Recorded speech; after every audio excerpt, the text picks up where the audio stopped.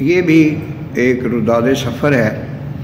ایک روز government college university Lahore میں جناب ڈاکٹر شوکت علی صاحب سے سر راہ ملاقات ہوئی اور بعد میں فون پر بھی تفصیلی تبادلہ خیال ہوا، اور ان سے میں نے تذکرہ کیا وائس چانسلر محترمہ پروفیسر ڈاکٹر شازیہ بشیر صاحبہ سے جو میری ریسنٹلی میٹنگ ہوئی ہے۔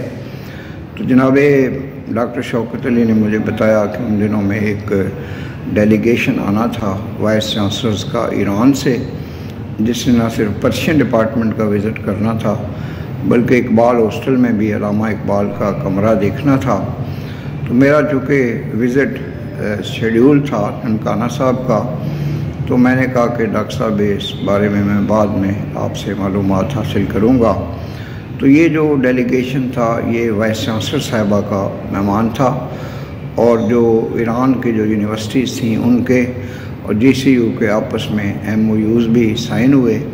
اس میں کچھ 7 وائس چانسلرز جو تھے ایران کی مختلف یونیورسٹیز کے، وہ یہاں پہ شامل تھے، اور جو گورنمنٹ کالج لاہور ہے اس کا اور ایران کا آپس میں بہت گہرا تعلق ہے۔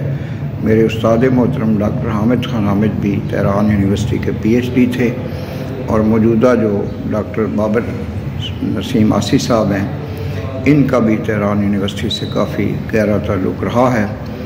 تو نئے آنے والے قاضی اکرام بشیر آفیشیل یوٹیوب چینل کو سبسکرائب کریں، بیل آئیکن کو پش کریں۔ میں اپنے پروڈیوسر جناب عمران قمر صاحب کا شکر گزار ہوں کہ وہ اس چینل کے معاملات پہ خصوصی توجہ دیتے ہیں۔ پاکستان زندہ باد۔